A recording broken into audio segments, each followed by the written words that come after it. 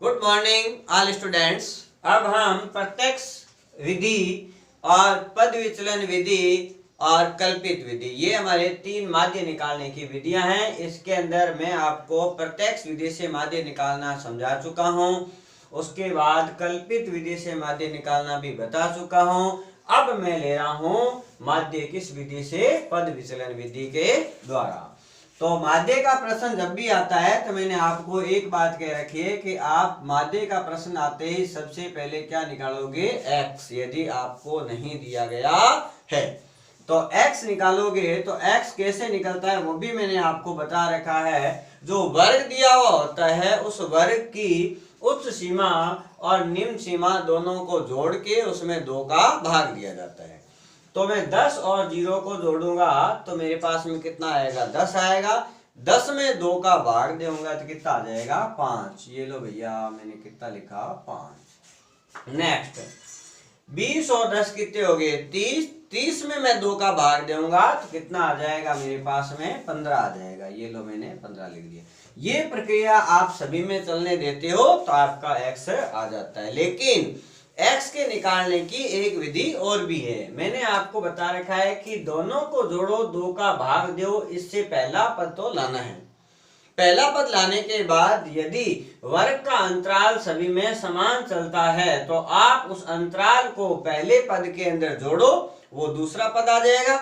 जैसे सब में अंतर कितने कितने का चल रहा है? 10 का। इन दोनों में 10 का है, घटा के चेक कर लो।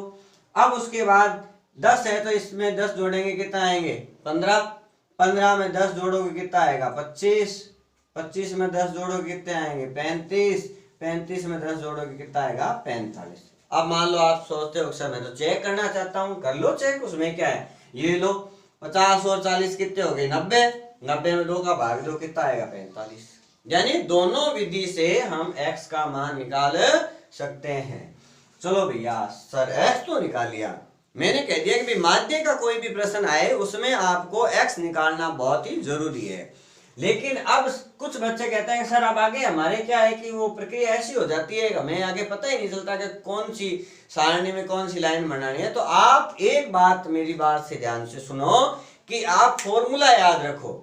फॉर्मूला याद रखोगे तो सारा कुछ काम कंप्लीट हो जाएगा। जैसे मान लो ये पद विचलन विधि है, तो पद विचलन विधि का फॉर्मूला क्या होता है? x बार बराबर a plus sigma F you.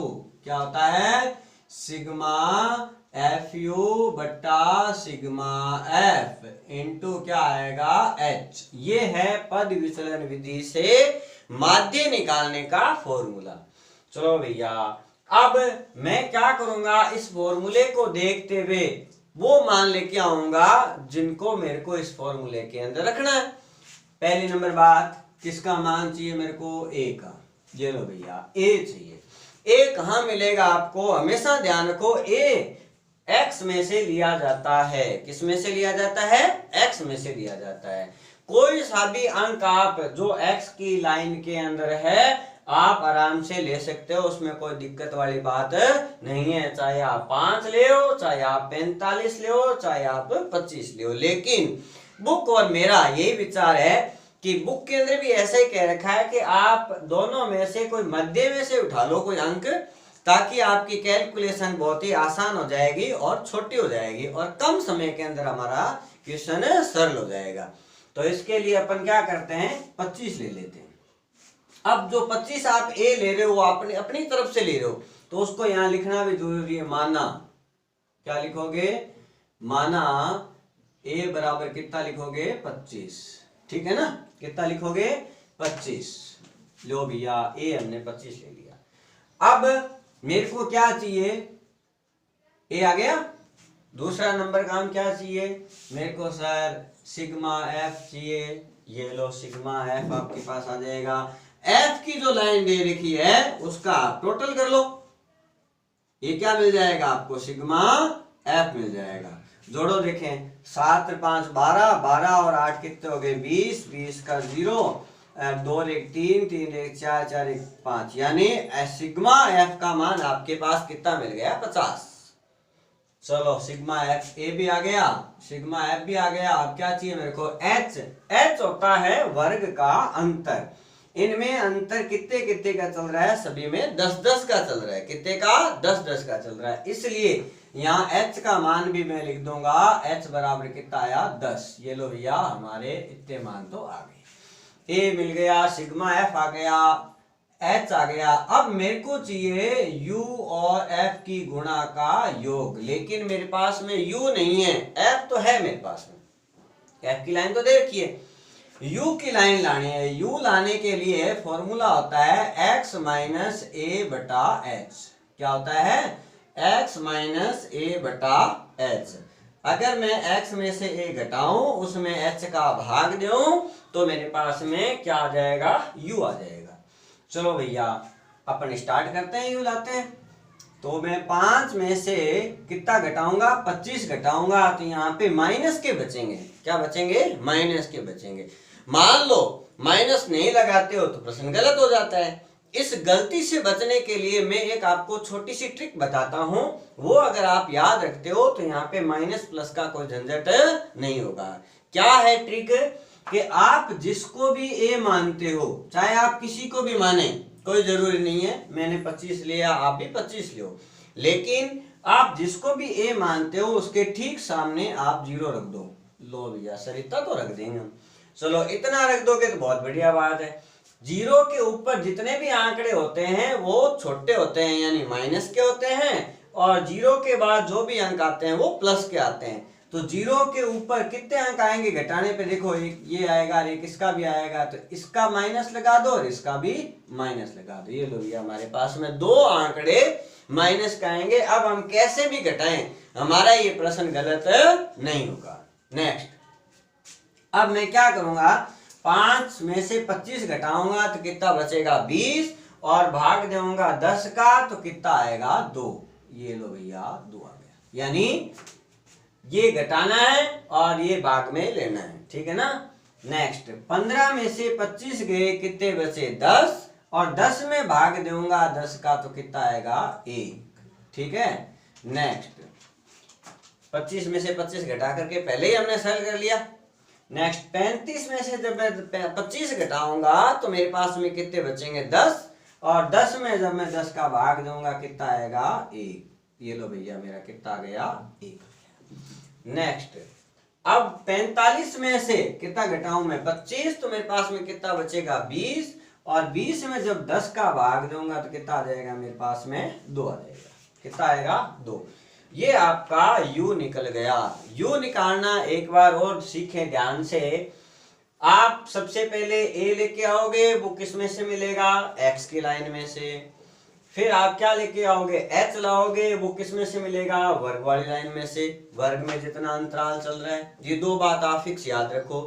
उसके बाद a को तो इसमें से घटाना है और इसका भाग लगाना है, और गलती नहीं हो माइनस की, इसके लिए आप जिसको भी a मानो उसके ठीक सामने क्या लिख दो, 0। ऊपर जितने भी आंकड़े बच गए उतने क्या चिन्ह लगा दो, माइनस के चिन्ह लगा दो। अब मेरे को चाहिए f और u की गुणा का योग, तो मैं सबसे पहले क्या निकालूंगा, fu। क्या निकालूंगा, fu। लो या आपका fu आ गया। fu के अंदर क्या चलेगा, f की लाइन को u की लाइन से गुणा करो, 7 को इससे गुणा करो, कितना आया, माइनस का 14। ये लो माइनस के 14 लगा दिए मैंने।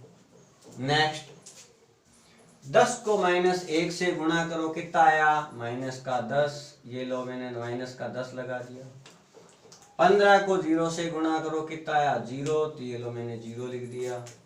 8 को 1 से गुणा करो, कितना आया, 8, ये 8 लिख दिया। 10 को 2 से गुणा करो, कितना आया, 20, ये लो मैंने 20 लिख दिया। अब आपके पास में क्या रह गया, बोलो, fu आ गया, तो सिग्मा fu लाने। ये लो भैया हम सिग्मा fu लेके आते हैं। सिग्मा fu बराबर, अब मैं सिग्मा fu लाने के लिए एक बात आप विशेष रूप से ध्यान से सुनो, कि माइनस की संख्या और प्लस की संख्या एक साथ नहीं जुड़ती है। माइनस की संख्या अलग जुड़ेगी, प्लस की संख्या अलग जुड़ेगी। तो ये लो भैया मेरे माइनस के कितने हो गए, 24, और यहाँ प्लस के कितने हो गए, 28, दोनों को घटाऊंगा।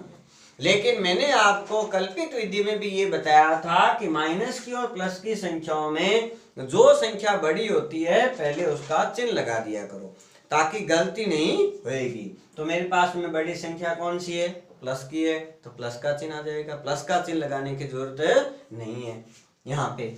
अब 28 में से 24 गए तो कितने बच जाएंगे आपके पास में 4। तो ये लो भैया मेरे पास में कितना आ गया 4। तो सिग्मा एफ यू का मान भी मेरे पास में आ गया। यानी कहने का मतलब है फॉर्मूले के अंदर जितने भी मान यूज में आ रहे हैं वो सारे के सारे मैंने निकाल लिए हैं। अब मेरे को सही ढंग से फॉर्मूला लिखना आना चाहिए और फॉर्मूला के अंदर मान लगाने हैं, कैलकुलेशन करनी है, उतने में मेरा उत्तर आ जाएगा और मेरे 3 नंबर पक्के हो जाएंगे। चलो लगाते हैं पर सूत्र। ये लो भैया माध्य, ये आया माध्य।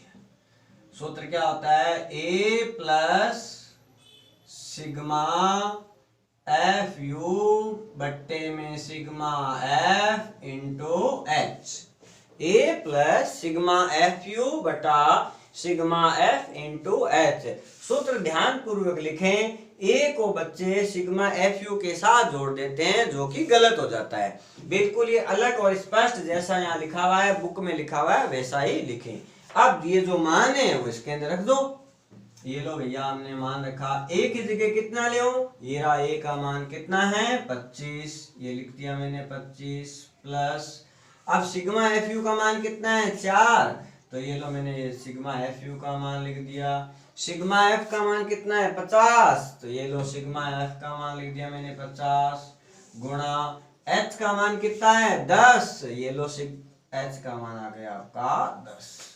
अब इस जीरो से ये जीरो क्या हो जाएगी कैंसिल, तो क्या बच जाएगा आपके पास में 25 प्लस 4 बटा 5। यहाँ सरल करने की 2 विधि है। आप लघुत्तम लेके भी सरल कर सकते हो या इसका इसमें भाग देके जोड़ दो। तो मैं तो कहता हूँ भाग देना सरल रहेगा। ये लो भैया कच्चा काम यहाँ कर लेते हैं, 5 का भाग इसमें लगाना है 4 का। लेकिन बच्चे क्या करते हैं, बड़ी संख्या दिखती है उसमें छोटी संख्या का भाग लगा देते हैं, चाहे वो बड़ी संख्या ऊपर हो चाहे वो नीचे हो। हमें क्या ध्यान रखना है, हमेशा अंश में हर का भाग लगाया जाता है, चाहे मेरा अंश छोटा हो चाहे मेरा अंश बड़ा हो, उससे मेरे को कोई मतलब नहीं होता। हमेशा अंश में हर का भाग लगाया जाता है। तो भाग में 4 में किसका लगाऊंगा 5, अंश में किसका भाग लगाऊंगा हर का। हमेशा अंश में ही भाग लगाया जाता है और किसका लगाया जाता है हर का लगाया जाता है। इस बात को आप विशेष रूप से ध्यान रखें। तो ये भाग दे रहे हैं, अब भाग दे रहे हैं तो 4 तो छोटा है तो भाग जाता नहीं है, तो आप क्या लगाओगे दशमलव। ये लिया भैया दशमलव, ये लगाया 0, 5 का भाग यहाँ कितने बार गया 8 बार, तो यहाँ लिख दिया मैंने 25 प्लस 0.8।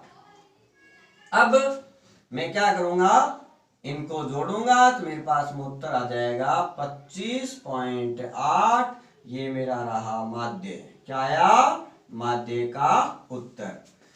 इसी के साथ ये मेरी पद विचलन विधि से माध्य कंप्लीट हो गया है। आप मेरे साथ जुड़े रहें, चैनल को सब्सक्राइब करें। थैंक यू, धन्यवाद।